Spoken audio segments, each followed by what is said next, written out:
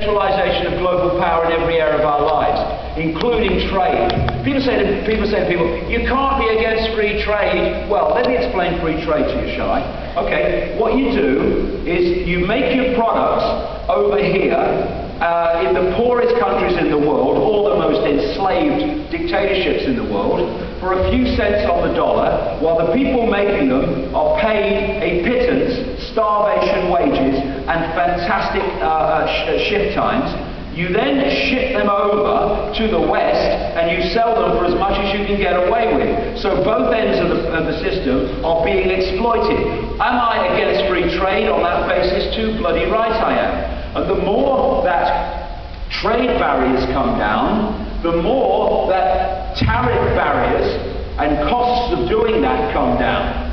It's all about creating a situation like this, where every single country is dependent on every single country, or on the system, the global system involving every other country.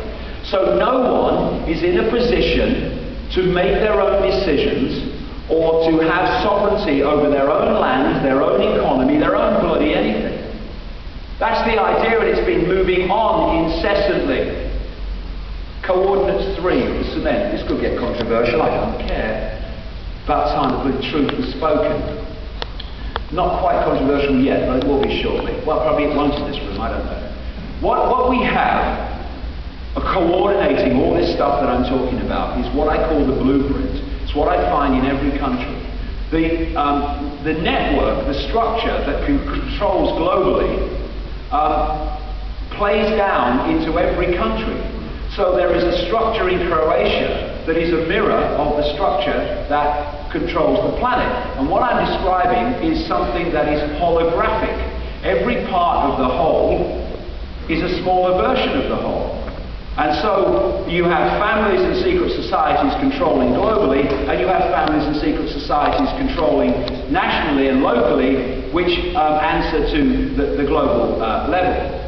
Now, I'm not going to go into two of these things at length now. I'm not going to them at all. I usually do, but I've got a lot of things I want to talk about today. And they're in the books anyway. The cement includes Satanism. I'm not kidding. I'm talking about ritual sacrifice, blood drinking, and all this stuff. That's part of the cement. Secret societies, obviously, and also paedophilia and child abuse, which connects into Satanism. And this is why, when you research some of the most famous people in the world and you get deep enough, you so often find that they are pedophiles, Satanists, and initiates of secret societies. But there's a fourth one, a fourth cement that I want to concentrate on now because of the way it is impacting upon current events.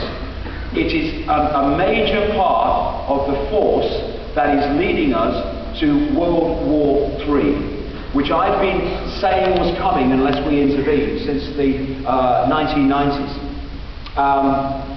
In fact, I was interviewed in Croatia in 2008 or 2009 about this. You can see it on the internet, and about the plan to bring NATO countries into a third world war with Russia and China, and the pieces are being moved about so blatantly as we speak. Now, this is the fourth one, Zionism. Zionism is racism, yes it is, but what is Zionism? Zionism, we really have got to get our heads around this because we've been scammed so blatantly. They have, in the same way that they have got us to believe that freedom and democracy are interchangeable terms, they ain't. So they have got vast numbers of people to believe that Zionism and Jewish people are interchangeable terms. They bloody aren't. But because they've made that connection, whenever you challenge Zionism, they call you racist. Don't give a damn. I'm interested in the truth. What we need to understand is that the creators of Zionism were the House of Rothschild, who couldn't give a damn about Jewish people. They helped to hang them out to dry in bloody Germany, and they're hanging them out to dry now as we move towards this Third World War, as I'll come to. And the name Rothschild actually comes from Red Shield, the six-pointed star, what was on their house in Frankfurt, German, Red Shield, red sign, Rothschild. symbol was implanted upon the flag of Israel, because as even some breakaway Rothschilds have said, Israel is not the homeland of Jewish people. It is the fiefdom of the House of Rothschild, using mercilessly the Jewish people of Israel. It was the Rothschilds who built the Knesset, the Israeli parliament, and at the time it cost fantastic amounts of money. They paid for the building of the Supreme Court building with all its Illuminati esoteric symbols all over it. And this is why I don't refer to Zionism, I refer to Rothschild Zionism to constantly underpin the creators and the controllers to this day. Zionism is nothing to do with race. Zionism, in its play-out public persona, is a political philosophy. In its core, its real persona, it is a secret society controlled by the House of Rothschild that puts its agents in government and banking. This lady here, anti-Zionism is not anti-Semitism, absolutely right. And anti-Semitism actually means anti-Arab, but that's another story. Joe Biden hasn't said many things I would agree with. He probably hasn't said anything. But this is absolutely true. He said you don't have to be Jewish to be a Zionist. You don't, because it's not racial. It's political. And it's a secret society. Some of the major Zionists in America are the Christian Zionists. Like this guy, John Hagee, who said in a public speech that Hitler was basically the karma, he will use that word, the karma on Jewish people who never left Germany early enough to go to Israel. You know, I mean, the man's still let out. And now, how many people realize this? That very large numbers of very devout Jewish people not only don't support Zionism, they absolutely abhor it. Judaism rejects Zionism as the state of Israel. Zionism condemns the warmonger, Israel. Zionism and Judaism are diametrically opposed. Zionism is the cause of Middle East bloodshed. End of Zionism equals peace. I am Jewish and I want Israel to stop killing Palestinians. Another Jew against Zionism. Zionism causes global anti-Semitism. Jews against the occupation, a Jewish voice of opposition to the war on the Palestinians. These fantastic Israeli young people.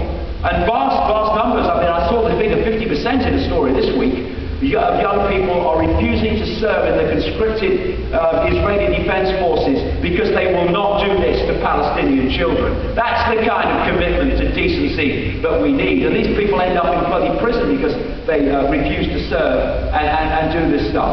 How many people know that these Jewish people are having very cordial meetings with Iran's President Ahmadinejad? How many people know this is going on? You'll never see this in the mainstream bloody media, because they're selling the idea constantly that, oh, it's Jewish people, they're threatened, they want to invade Iran. Most of them bloody don't, they're just trying to pay the rent at the end of the bloody month like everybody else. This is a few months ago.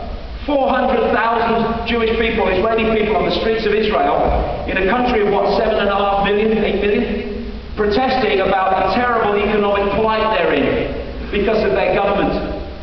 And what we need to do is we need Jewish people to find common cause with Arab people, and they to find common cause with other people around the world, and realize that while they're on the streets of Israel, protesting against what their government is doing to them, and people are on the streets of Greece and Italy and a bit